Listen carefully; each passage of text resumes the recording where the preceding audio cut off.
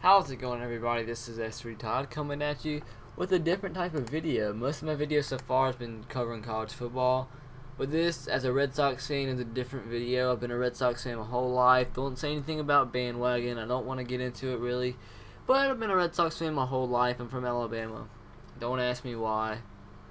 Ever since I've liked baseball, I've liked the Red Sox. So I got that out of the way. Um, I'm one of the more knowledgeable baseball fans around my area, so I know a lot about baseball. And the Red Sox gave me a heart attack. That is just uncalled for. I mean, you don't ever hear about a team having one of the better records in the league going into the last month of the season, and you're talking about going into that month getting getting home field advantage throughout the playoffs. And then you end the year and every possible negative goes your way. Goes against you, and you don't even make it to the playoffs.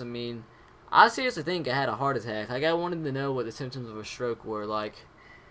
How does that happen? How do you go 7-26? How do you go a month without winning 2 games in a row? I just don't get it. Every possible thing went bad for the Red Sox. Every possible good thing went good for the Rays. I don't get it. For example, the last day of the season, the Rays they were losing 7 freaking nothing to the Yankees. Bottom of the 8th, score 6 runs. Go to the top of the 9th, there's still hope. They're going to lose. Red Sox win at the time. 2 outs, bottom of the 9th, losing by 1. 2 strikes. Remember that 2 strikes. Have a guy that's hit 120 for the year, Dan Johnson, hits a home run a half an inch over the wall and ties the game up. And you're like, dang, oh well, the Red Sox can still win. The Rays are probably going to win because they got the momentum. So the Red Sox, bottom of the 9th, you got Jonathan Papelbon, who's been struggling so bad lately. I don't know what his problem's been. The last year or two, he just hasn't been himself like he was in his early career, because all he can throw is a fastball now. His splitter's gone. I think he tried to get a curveball, but his curveball's not as near as good as he's tried to get it to be. But put him in. You think you're going to be all right. Nobody on base, 2 strikes, 2 outs. Remember that 2 strikes, 2 outs. Oh, wait, let me talk about the inning before, 8th inning.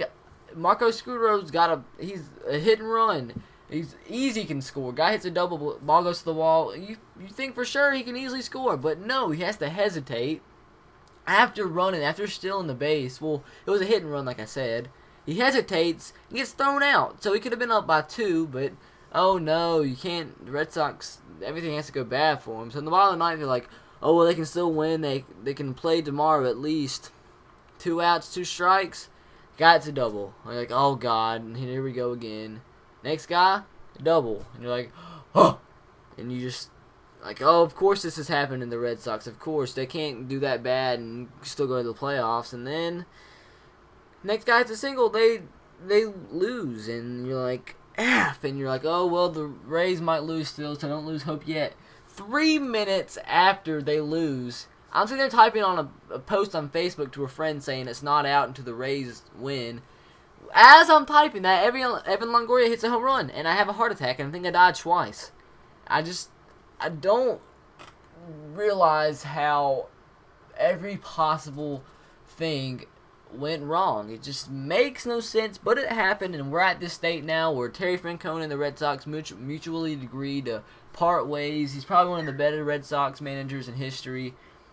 And I'm going to talk about for a minute what the team needs to do. And sorry if you hear my freaking dog in the background. He needs to shut up. Hold on, let me go shoot it real fast. Be right back. Alright, I'm back from shooting my dog. Alright, what was I talking about? Oh, some things that the Red Sox need to do to improve. The first thing that comes to mind is the bottom half of the bullpen. Daniel Bard, he had 8 losses this year.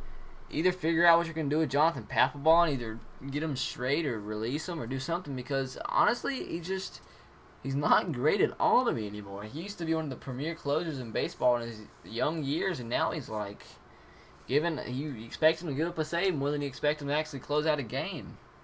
And I can't think of anything else off the top of my head. The only thing I can think of is the right field spot.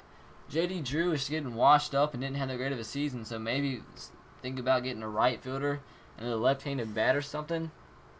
But another thing I want to talk about in the video is the main candidates for the manager spot.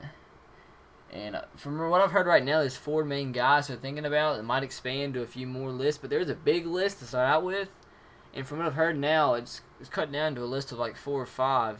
And who knows, it might expand. There's a long time before the baseball season's over. So you never know. But right now, the 4 guys on the job are Pete Mackanin, Trey Hillman, Tony Pena, and DeMarlo Hale. Where these 4 guys stands right now are Pete Mackanin is the Phillies. He's the bench coach for the Phillies. And he was a minor league manager a few years ago, like the head manager. He has a pretty good record as a minor league manager, and he was one time a interim manager for the Pittsburgh Pirates and Cincinnati Reds, and that didn't work out. But right now, he's doing a great job as the bench coach for the Phillies, and they're in the playoffs right now. So if anything happens with him, it won't happen really until the Phillies are either eliminated or win the World Series, which they probably are, because I'm sure he doesn't want to cause any distractions for the Phillies. And the Trey Hillman, he's a former manager for the Kansas City Royals, and right now he's the bench coach for Don Mattingly and the Dodgers. He when you're the head coach of the Royals, you really don't expect to do much because you're the Royals and you're basically the laughingstock of the MLB along with the Nationals. Well, not necessarily record-wise, but when people think of baseball, the worst 2 teams, they think of either the Pirates, which didn't do terribly bad this year, the Royals, and the Nationals. So he didn't do too terribly bad. He went 152 and 207, which is kind of average, but not terribly bad for the Royals and their perspective.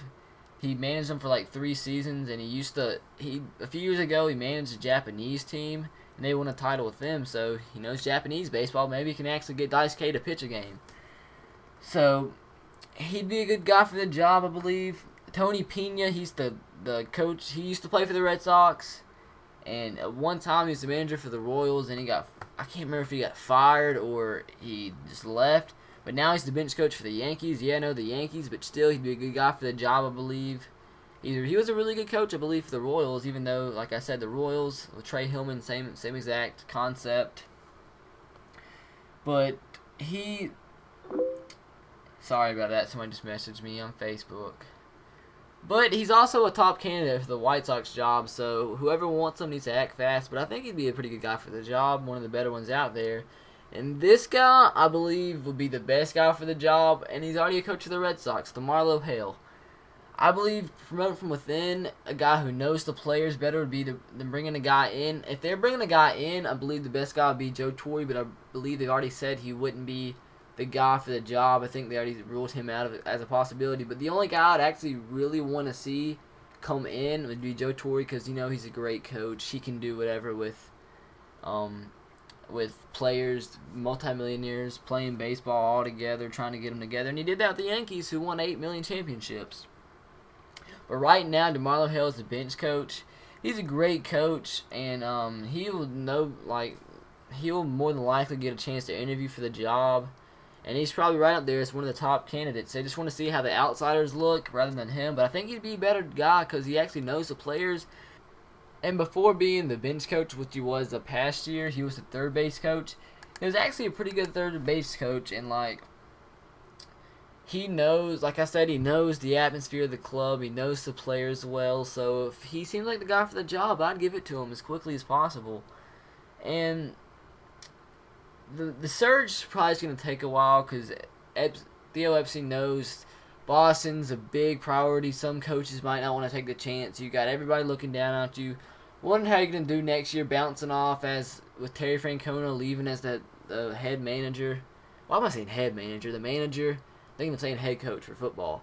But people are going to be having their eyes glued to the Red Sox next year, trying to see how they bounce back from the ending of this year and having a new coach. New manager, not coach, Samuel, a new manager. But, he probably, the top candidates were still with the playoffs teams, like Tony Pena's with the